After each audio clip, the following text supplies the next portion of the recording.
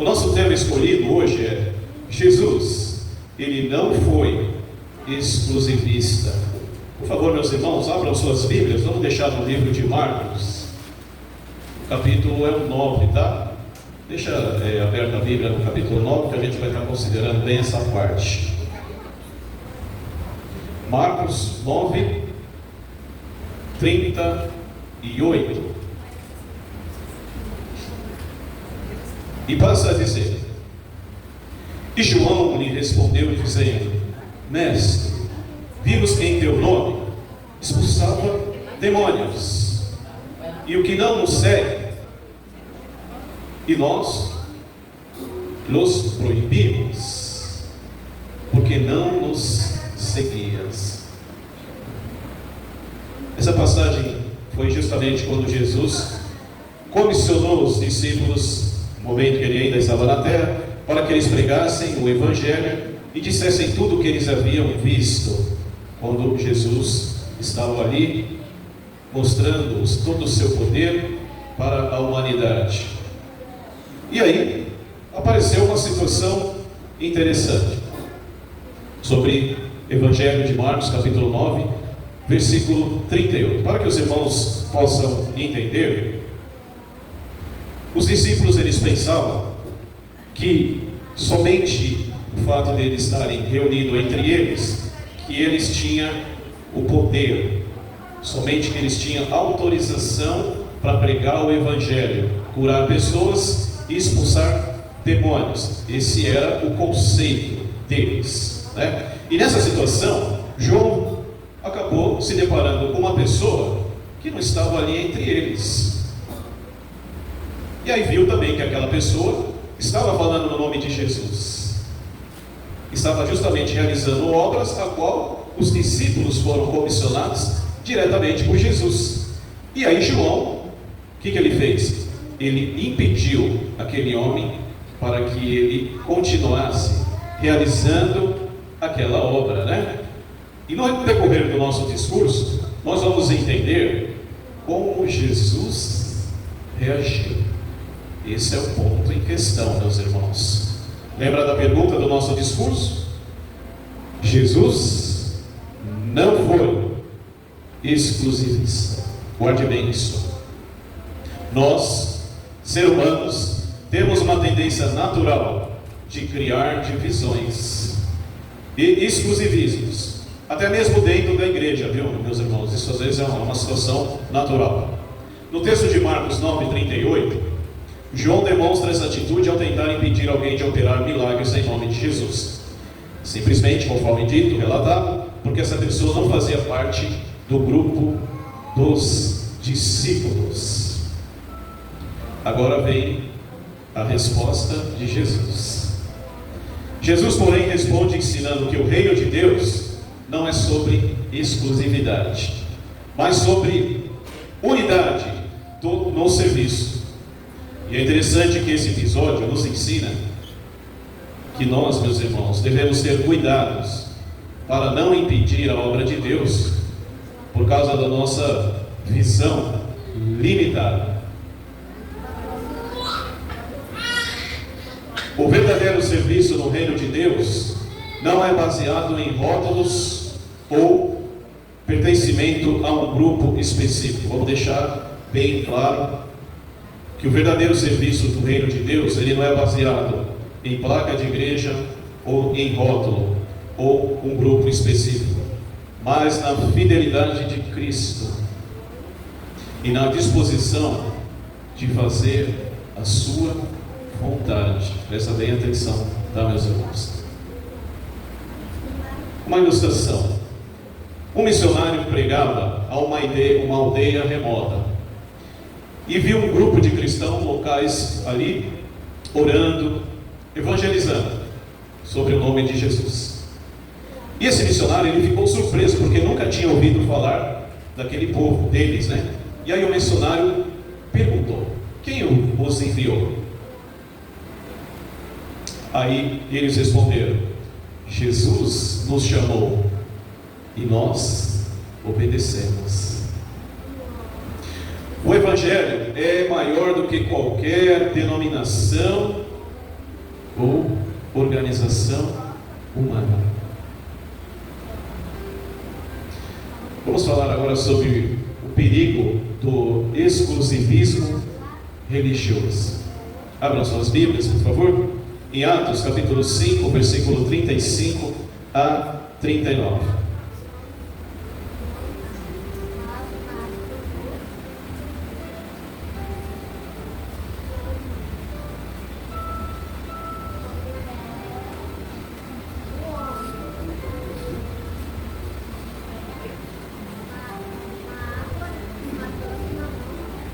Essa passagem fala justamente sobre Gamaliel, que ele fazia parte do Sinédrio, um dos instrutores do Sinédrio. Estava acontecendo uma situação interessante quando os discípulos estavam pregando o Evangelho, quando Jesus já tinha se ascendido ao céu. Presta atenção. E disse-lhe: varões israelitas, acautelai-vos a respeito do que haveis de fazer a esses homens. Porque antes desses dias levantou-se Teudas, dizendo: será alguém? A este se ajuntou o número de uns 400 homens, o qual foi morto. E todos os que deram ouvidos foram dispersos e reduzidos a nada. Depois desse levantou-se Judas, o galileu, nos dias do alistamento, e levou muito povo após si. Mas também esse pereceu, e todos que deram ouvidos foram dispersos. E agora digo-vos: dai de mãos a esses homens, e deixa-os partir, porque se este conselho ou esta obra é de homens, logo se desfará. Mas se é de Deus, não podereis desfazê-la, para que não aconteça serdes também achados combatendo contra Deus. Olha que interessante. Vamos considerar também Atos, capítulo 22, do 3 ao 3. Essa passagem de Atos 22 fala justamente sobre a história de Saulo. Todo mundo conhece a história de Saulo, né? Que quis impedir os discípulos a pregação, e aconteceu algo interessante com ele. Atos 22, do 3 ao 13. Quanto a mim, sou varão judeu, nascido em Tarso, na Cilícia, mas criado nesta cidade aos pés de Gamaliel. Interessante que fala novamente sobre Gamaliel. Instruído conforme a verdade na lei de nossos pais, zelosos para com Deus, como todos vós hoje sois. Isso é Saulo falando. Persegui este caminho até a morte, prendendo e metendo em prisões tanto homens quanto mulheres. E como também o sumo sacerdote me é testemunha de todo o conselho dos anciões. E recebendo desde cartas para o irmão, fui a Damasco para trazer maniestados para Jerusalém, aqueles que ali estivessem a fim de que fossem castigados.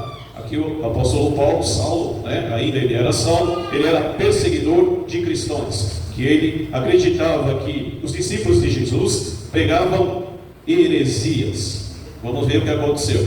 Ora, aconteceu que indo, eu já de caminho, chegando perto de Damasco, quase ao meio-dia, e de repente me rodeou uma grande luz no céu, e caí por terra. E ouvi uma voz que me dizia: Saulo, Saulo, por que me persegues? E eu respondi: quem és, Senhor? E disse: eu sou Jesus o Nazareno, a quem tu persegues. E os que estavam comigo viram, em verdade, a luz, e atemorizaram muitos, mas não ouviram a voz daquele que falava comigo. Então disse: eu, Senhor, que farei? E o Senhor disse: levanta-te e vai a Damasco, e ali te dirá tudo o que te é ordenado a fazer. E como eu não via por causa do esplendor daquela luz, uma luz muito forte, meus irmãos, fui levado pela mão dos que estavam comigo. Por fim cheguei a Damasco.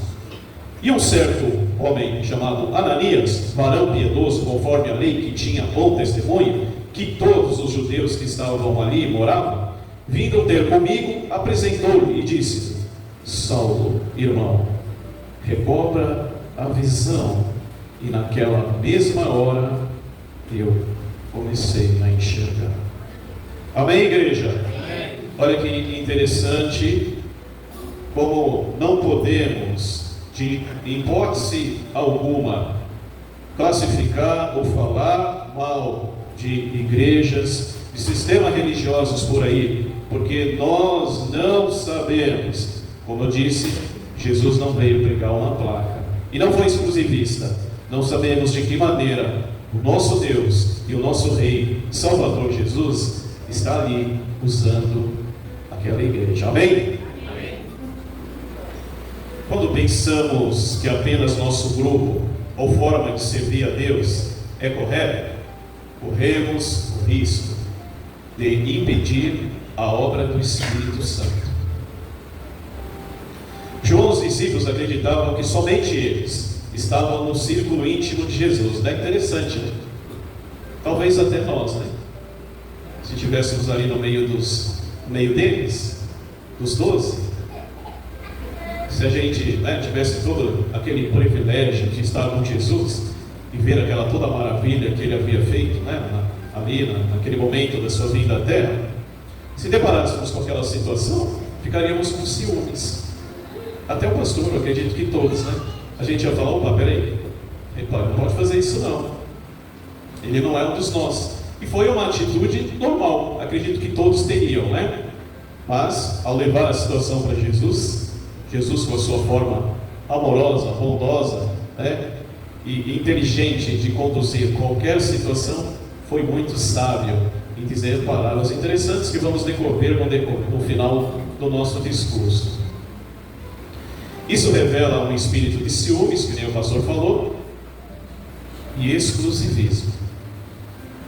Sabemos que tem muitas denominações por aí que falam e relatam: aqui está a salvação na minha igreja, somente aqui. Quem não se converter aqui não terá a vida eterna. Pode ter certeza disso? Isso é super errado em falar. Só em pensamento você já está errando. Imagine com palavras, né?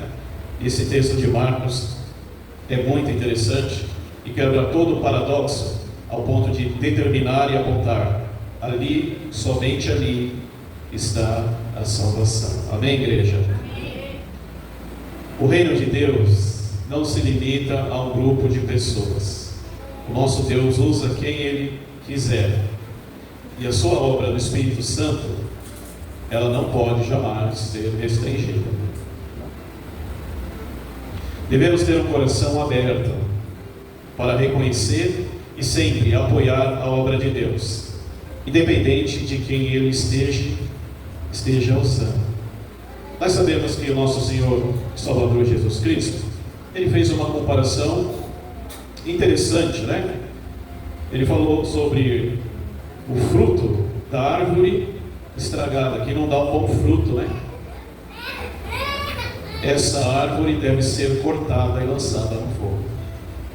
Obviamente que a gente percebe alguns locais de adoração, é bem nítido que ali o propósito verdadeiro não está em ensinar o Evangelho e adorar a Deus em espírito e verdade. Tem locais que é bem perceptível, mas Jesus disse, né, que a árvore com fruto podre, ela é arrancada e jogada fora. Esse local pode até ficar de pé durante um tempo, mas se não for de Jesus, com certeza será logo eliminado com o tempo, como a gente tem visto muitos locais de adoração que tem acontecido por aí, que hoje em dia, infelizmente, não existe mais.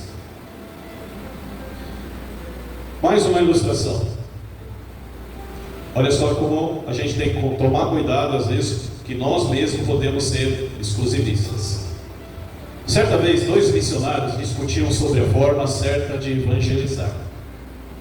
Vocês já passaram por isso? Com alguém? discussão, né? Olha, o seu método é assim, olha, eu não concordo. Ah, o meu é esse, é melhor, o meu é certo, né? Então, olha só.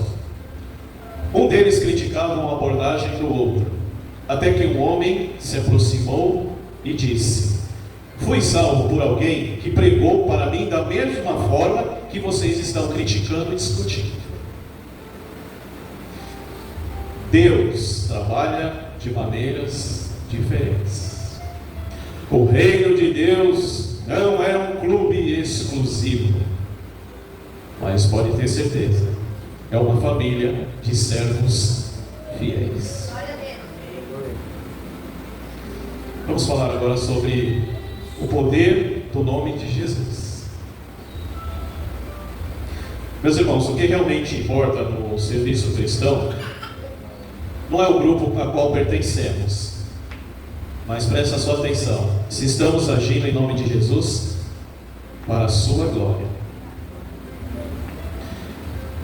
No livro de Marcos ali percebemos que um homem expulsava demônios e fazia em nome de Jesus, demonstrando fé e poder divino.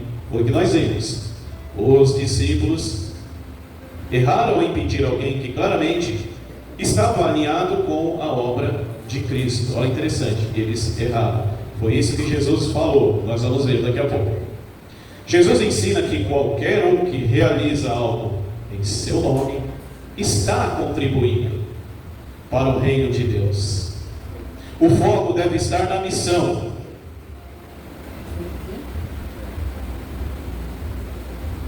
O foco do Evangelho deve estar na missão e jamais na identidade do mensageiro, conforme Marcos 9, 39 e 40. Vamos ler? Marcos 9, 39 e 40.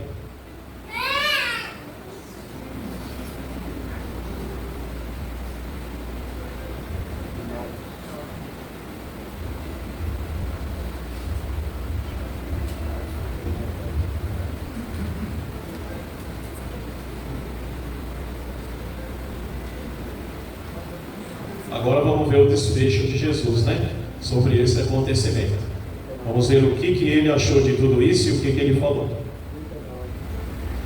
Jesus, porém, disse: não lhos proibais, porque ninguém há que faça milagre em meu nome e possa logo falar mal de mim. 40. Porque não é contra nós, porque quem não é contra nós, obviamente, é por nós. Olha que interessante. Foi essa a resposta que Jesus deu. Muitas vezes, meus irmãos, nós julgamos outros ministérios e, muito embora às vezes, não observamos os frutos que aquele ministério dá. Se algo está sendo feito em nome de Jesus e segundo a sua palavra, devemos apoiar e não criticar. Novamente, vou responder. O certo, o pensamento certo, a qual Jesus aprova. Presta atenção, igreja. Muitas vezes julgamos outros ministérios sem observar os frutos que aquele ministério está dando. Se algo está sendo feito em nome de Jesus e segundo a sua palavra, devemos apoiar e nunca criticar. Mais uma ilustração. Uma igreja criticava um grupo de evangelho de maneira diferente. No entanto, quando uma pessoa convertida por esse grupo de testemunhou sua transformação, perceberam que estavam lutando contra o mesmo exército. Olha só. O que importa não é quem faz, mas se é feito em nome de Jesus.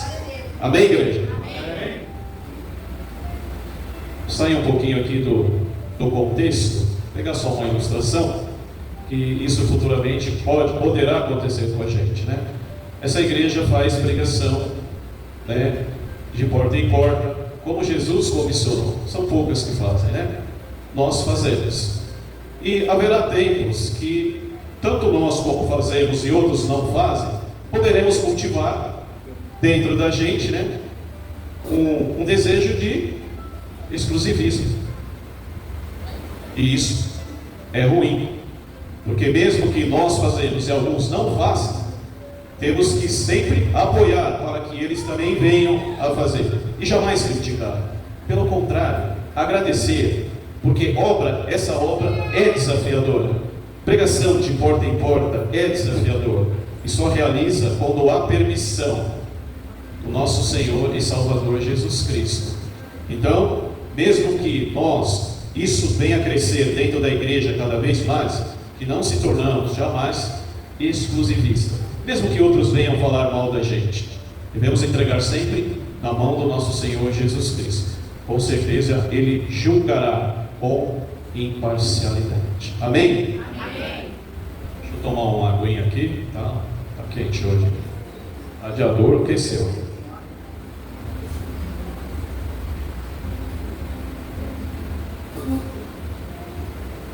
Olha só que interessante. O reino de Deus avança quando os servos de Cristo também quando eles estão juntos, e não quando eles dividem, por disputa humanas. E obviamente que é o que Satanás gosta, né? Satanás ama a divisão. Jesus ensina que não é contra ele, mas sim, sempre, é a favor dele, conforme Marcos 9,40. E o inimigo quer nos dividir, mas Deus quer nos unir em sua missão. Devemos focar no que nos une, a fé em Cristo e o desejo de cumprir a sua grande comissão, conforme Mateus 28, 19 e 20. Para quem não sabe, não esqueceram, Jesus, antes de se ascender ao céu, ele disse: foi-me dado toda a autoridade no céu e na terra, portanto ide, fazei discípulos de todas as nações, ensinando a observar tudo o que eu vos ordenei, batizando em nome do Pai, do Filho e do Espírito Santo, ensinando a observar tudo o que eu vos ordenei, eis que estou convosco todos os dias, até a terminação do sistema de coisas. Esse é o desejo do nosso Senhor e Salvador Jesus. Não é dividir, nunca, é unir, somar. E quando brigando entre nós, enfraquecemos o avanço do Evangelho. Isso, Satanás, o diabo, ama, ele aplaude. Devemos aprender a celebrar o trabalho dos outros cristãos. É difícil, hein? Olha, é para poucos, né? O exclusivismo predomina no coração das pessoas. Devemos aprender a celebrar, independente das nossas diferenças, denominações ou metodologias. Independente do que ele pensa ou do que ele acredita, nós temos que ver o coração. Jesus está vendo o coração. Por mais que queiramos conhecer todas as profecias, de Gênesis à Revelação, jamais teremos 100% do entendimento.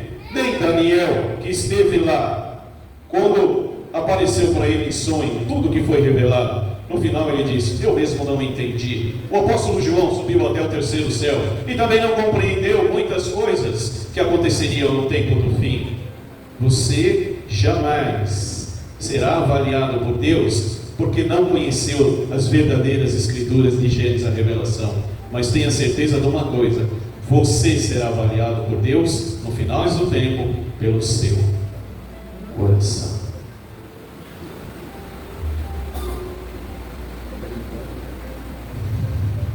Mais uma ilustração. Um grupo de cristãos se reunia para evangelizar, mas cada um queria impor a sua maneira de pregar. Eu já passei por isso, tá? Eu já passei. Eu saía na pregação desde os meus 7 aninhos de idade. Eu já vi de tudo. Já trabalhei com muitos pregadores, né? E eu via métodos e sistemas que todos queriam ali colocar. Quando decidiram trabalhar juntos, aí o nosso Deus, com o seu Espírito Santo, operou grandemente e muitos foram salvos. O inimigo, ele se alegra, presta atenção agora, quando a igreja se divide. Como ele se alegra. Mas o nosso Deus se alegra quando os seus filhos se unem para o reino, para o seu propósito.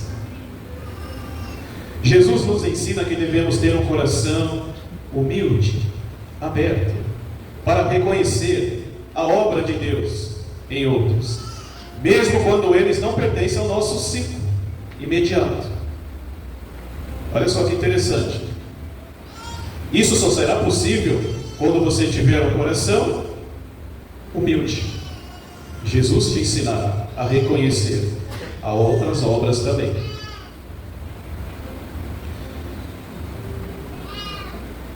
Preste atenção, meus irmãos. Examine o seu coração agora. Você tem sido crítico com outros ministérios, sem avaliar os frutos daquele ministério? Aprenda a valorizar a obra de Deus, independente de quem Ele use. Trabalhe pela unidade do corpo de Cristo, para que o reino de Deus avance com o poder. Dois homens discutiam sobre qual igreja era melhor. Olha só, isso é interessante, hein? Um sábio passou e viu a discussão entre os homens que discutiam sobre qual denominação era melhor.